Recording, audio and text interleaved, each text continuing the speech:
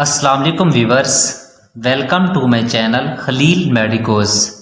उम्मीद करते हैं कि आप सब खैरियत से होंगे। वीवर्स, आज की हमारी वीडियो है सेप्ट्रान और सेप्ट्रान DS सिरप के बारे में। वीवर्स, आप इन दोनों सिरप से तो वाकिफ़ होंगे क्योंकि पाकिस्तान में इन दोनों सिरप का इस्तेमाल बहुत ही ज़्यादा करवाया जाता है। वीवर्स, सेप्ट्रान जो सिंगल होता है उसमें यानी कि सिंगल डोज होती है और DS में डबल डोज पाई जाती है। तो वीवर्स, अक्सर लोगों को इन सिरप के सही तरीक़ाकार और सही इस्तेमाल का पता ही नहीं होता, जिसकी वजह से उनको सही रिजल्ट नहीं मिलता और मुख्तलिफ साइड इफ़ेक्ट्स उनको देखने को मिलते हैं। तो ये वीडियो उन लोगों के लिए बहुत ही ख़ास है।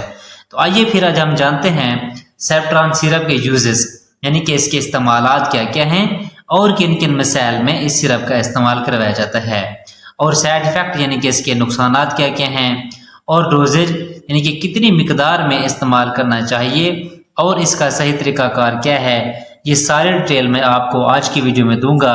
लेकिन उससे पहले आपसे गुजारिश है कि अगर आप हमारे चैनल पर न्यू हैं तो हमारे चैनल को सब्सक्राइब कर दें और बेल आइकन के बटन को प्रेस कर दें ताकि हमारी हर आने वाली वीडियो का नोटिफिकेशन आपको बआसानी से मिलता रहे। तो व्यूअर्स, अब हम चलते हैं अपने टॉपिक की तरफ। इसका ब्रांड नेम है सेप्ट्रान और सेप्ट्रान DS। GSK फार्मा इसको तैयार कर रही है, जो कि एक मल्टीनेशनल फार्मा है और इसकी तमाम ही दवायात एक अच्छा रिजल्ट फ्राहम करती हैं। अगर कीमत की बात की जाए तो सेप्ट्रान जो प्लेन सिरप है ये इसकी कीमत 60 रुपीज़ में 50 ml की पैक में पाकिस्तानी मार्केट में अवेलेबल है, और सेप्ट्रान DS की कीमत 90 रुपीज़ में 50 ml की पैक में पाकिस्तानी मार्केट में अवेलेबल है। अब हम बात कर लेते हैं इसकी कंपोजिशन की कि इसमें दवा कौन सा शामिल किया गया है। वह जो इसमें दवा शामिल किया गया है वो है कोट्राइमोक्साजोल। तो वह ये एक एंटीबायोटिक होता है जो कि मुख्तलिफ बैक्टीरियल इन्फेक्शन को ट्रीट करने के लिए इस्तेमाल करवाया जाता है। तो व्यूअर्स, अब हम चलते हैं अपने टॉपिक की तरफ। सबसे पहले हम बात करते हैं कि सेप्ट्रान सिरप के यूजेस यानी कि इसके इस्तेमालात क्या क्या हैं और किन किन मसाइल में इस सिरप का इस्तेमाल करवाया जाता है। तो व्यूअर्स, सबसे पहले इसका इस्तेमाल ओटाइटिस मीडिया यानी कि कान के अंदर कोई इन्फेक्शन हो गया है या कान में यानी कि पीप या कोई पस पड़ जाती है तो उसको ख़त्म करने के लिए इस सिरप का इस्तेमाल करवाया जाता है। इसके अलावा UTI इन्फेक्शन यानी कि पेशाब की नाली में कोई इन्फेक्शन हो जाता है, अब वो इन्फेक्शन चाहे यानी कि पेशाब की नाली में हो, यूरेटर में हो या फिर यूरिथ्रा में हो या फिर ब्लैडर में हो, तो इस कंडीशन में भी इस सिरप का इस्तेमाल बच्चों में करवाया जाता है। या फिर इसका इस्तेमाल चेस्ट इन्फेक्शन में भी करवाया जाता है, यानी कि अगर बच्चों के चेस्ट यानी कि ख़राब हो जाती है या कोई सांस का कोई मसला हो जाता है तो उसमें भी इस सिरप का इस्तेमाल करवाया जाता है। इसके अलावा अगर कोई बच्चों के यानी कि दांत या दाढ़ में कोई फोड़ी या फिंसी बन जाती है यानी कि दांत के दर्द की वजह से, तो उसको ख़त्म करने के लिए भी इस सिरप का इस्तेमाल करवाया जाता है। इसके अलावा इसका इस्तेमाल स्किन में भी करवाया जाता है, यानी कि जिसमें होता ये है कि जो अक्सर जो छोटे बच्चे होते हैं उनमें फोड़े या फिंसियाँ बन जाती हैं तो उसको ख़त्म करने के लिए भी इस सिरप का इस्तेमाल करवाया जाता है। इसके अलावा बच्चों में नज़ला, ज़ुकाम, खांसी यानी कि चेस्ट इन्फेक्शन में भी इस सिरप का इस्तेमाल होता है।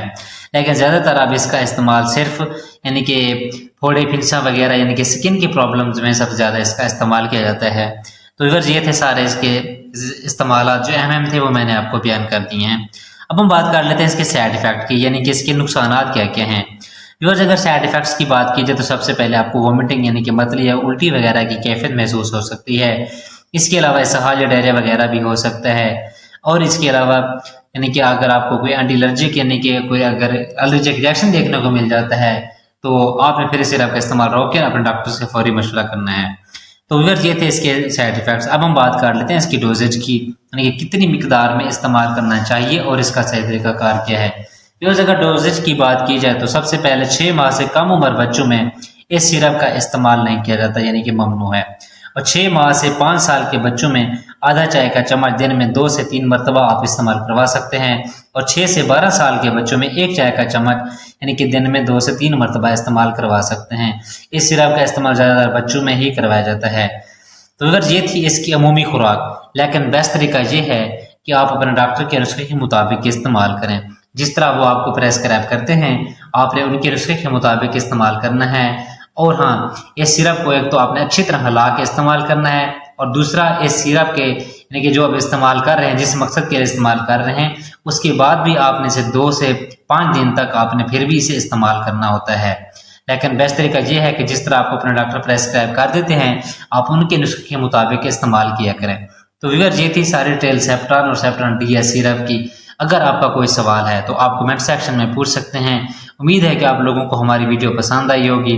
पसंद आई है तो लाइक करें, कमेंट्स करें और दोस्तों के साथ शेयर करना ना भूलें। हमारी वीडियो देखने के लिए बहुत शुक्रिया। अब हम मिलते हैं अपनी नेक्स्ट वीडियो में। अपना ख्याल रखिएगा। अल्लाह हाफिज़।